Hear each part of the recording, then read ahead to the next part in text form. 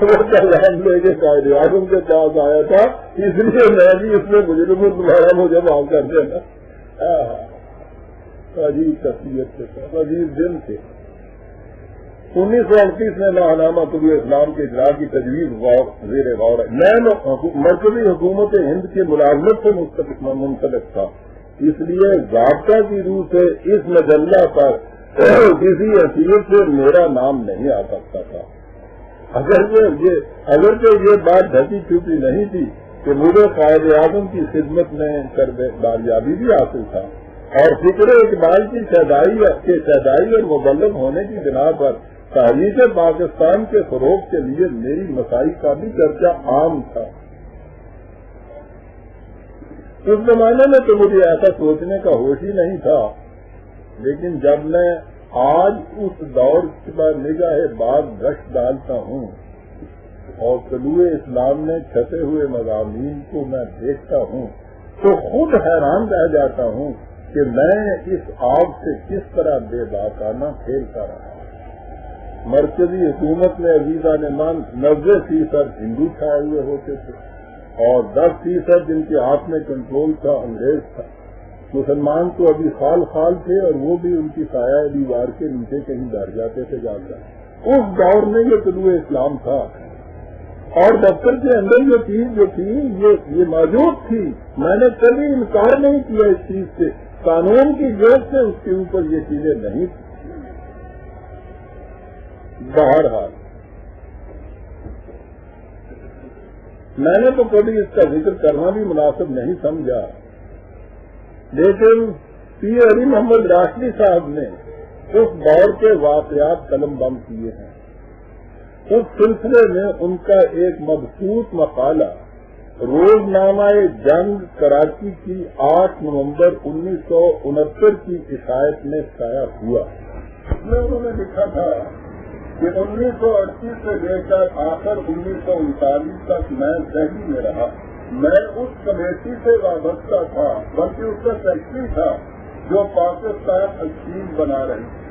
آخر 1939 سے بس 1940 تک میں لاہور میں رہا، جہاں وہ تاریخی اجلاس ہوا جس میں قرارداد پاکستان منظور ہوئی. یہ سارا عرصہ مجھے یہ ضرورت رہی کہ مسلمان سرکاری افسروں کے تعاون سے پاکستان اسکیم کے سلسلے میں ضروری معلومات حاصل کروں اور اگر ہو سکے تو دین کے اجلاس کو کامیاب بنا دوں کے سلسلے میں ان کی مدد سے فائدہ اٹھاؤں.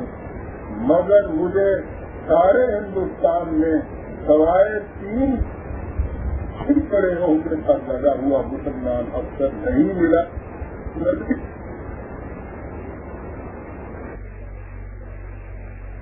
یہ مسلمانوں کی قیادت کا اہل قرار دے دینا کہ وہ مغربی سیاست کے ماہر یا مغربی تنظیم کے استاد فن ہے اور اپنی قوم کے عشق میں ڈوبے ہوئے ہے. سراسر اسلام سے جہالت اور غیر اسلامی ذہنیت ہے. ان لوگوں کی عملی زندگی اور ان کے خیالات، نظریات، طرز سیاست اور رنگ قیادت میں خوردبین لگا کر بھی اسلامیت کی کوئی چھینٹ نہیں دیکھی جا سکتی. نظریات، خیالات، طرز سیاست، رنگ قیادت، ان کے معتقدات خوردبین لگا کر بھی کوئی چھینٹ نہیں اسلامی دیکھی جا سکتی. جو قائد اعظم وہ کتے گئے ہے، ان کے نظریات و خیالات میں بھی خوردبین لگا کر کوئی اسلامی چیز نہیں دیکھی جا سکتی. ان میں سے اکثر کے گھروں میں آپ جائیے، دیکھیے عوام کو کس طرح مشکل تھی. ان کے لوگوں کے اکثر کے لوگوں میں آپ جائیے تو آپ کو نماز کا وقت بتانے والا، نماز کے وقت کوئی یہ بتانے والا نہ ملے گا کہ سمت کارا کدھر ہے. اور اخبار ہے تو اس وقت ڈری ہوئی کوٹھیوں میں سے ایک جائے نماز بھی فراہم نہ ہو سکے گی. سارے لیڈروں کو بٹھا کر اسلام کے بنیادی اور ابتدائی مسائل کے متعلق امتحان لیجیے تو شاید کوئی صاحب 2% سے زیادہ نمبر نہ لے سکے.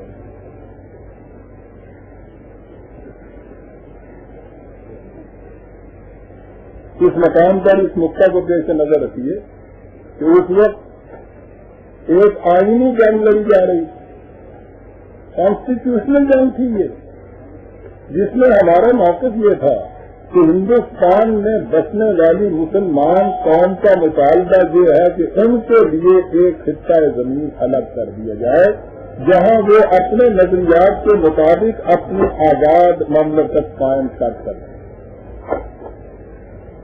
ہندو اور انگریز کی کوشش یہ تھی کہ کسی طرح یہ ثابت ہو جائے کہ یہ مطالبہ مسلمانوں کی اکثریت کا نہیں۔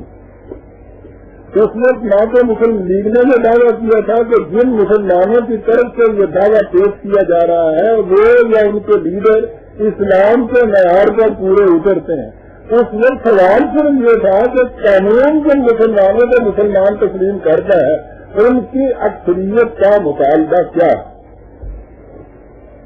اور اس کا خود مودودی صاحب کو بھی اعتراف تھا کہ ہندوستان کے بقول ان کے پیدائشی مسلمانوں کو قانون مسلمان تسلیم کرتا ہے۔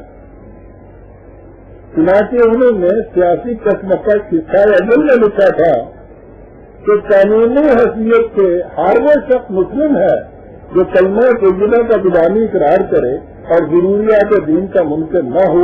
ہم ایسے شخص کو کافر نہیں کہہ سکتے، نہ وہ حقوق دینے سے انکار کر سکتے ہیں جو مجرد اقرار اسلام سے اس کو مسلم سوسائٹی میں حاصل ہوتے ہیں۔ ان حالات میں وہاں حقیقی مسلمانوں اور پیدائشی مسلمانوں کا سوال لے کر بیٹھ جانا، ہم مسئلہ زیر بحث کو الجھا دینا اور ذہنی انتشار پیدا کر دینا نہیں تو اور کیا ہے۔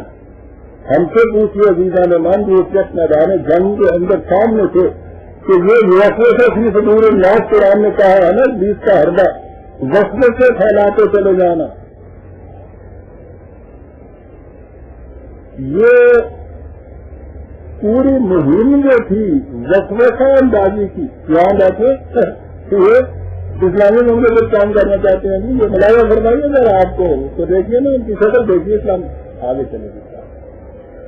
وسپرنگ کمپین یہ شروع ہوئی تھی ساتھ، اور وہاں فرصت تھی اتنی وہاں اس زمانے میں اس تاریخ کی میں مان کہیں تاریخ مرتب ہو تو آپ کو پتا چلے کہ مخالفت کا سلام کتنا بڑا تھا، کس طرح سے یہ ایک مرد دانا اس کو کھانے ہوئے چلا آ رہا تھا۔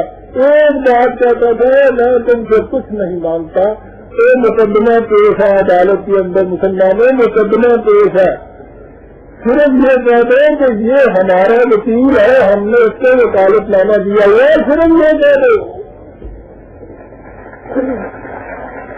یہ کہتے تھے کہ ایسا بےمان وکیل تمہارا ہے، اس سے وکالت نامہ دے رہے ہیں اپنا۔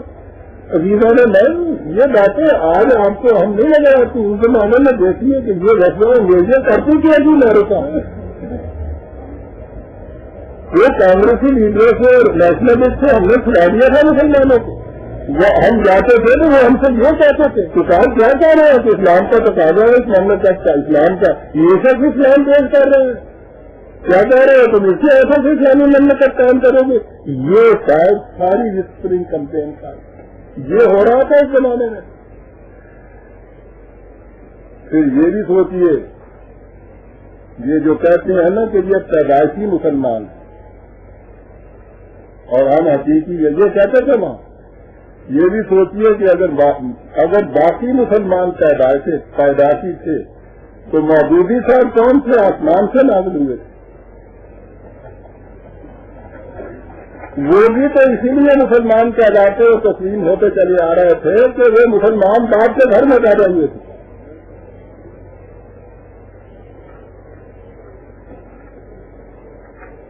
یاد رہے کہ ایک نبی کو تو اس کا حق حاصل ہوتا ہے کہ وہ اپنی پہلی دعوت میں یہ کہے کہ صرف میں مسلم ہوں، کوئی دوسرا مسلم نہیں۔ غیر از نبی کے لیے اس قسم کی تخصیص کرنا انتہائی انانیت ہے اور غیر ہے نبوت کا۔ میں مسلمان ہوں اور کوئی یہاں دنیا میں مسلمان نہیں ہے، خدا کا بھیجا ہوا تو یہ کہہ سکتا ہے۔ انا افضل المسلمین حضور نے جو فرمایا اس سے مانیں گے کہ آؤ جو میرا ساتھ دے گا وہ مسلمان ہوگا۔ یہ نہیں پوچھا گیا کہ آپ کیسے مسلمان ہوئے، معمول میں نہ یہ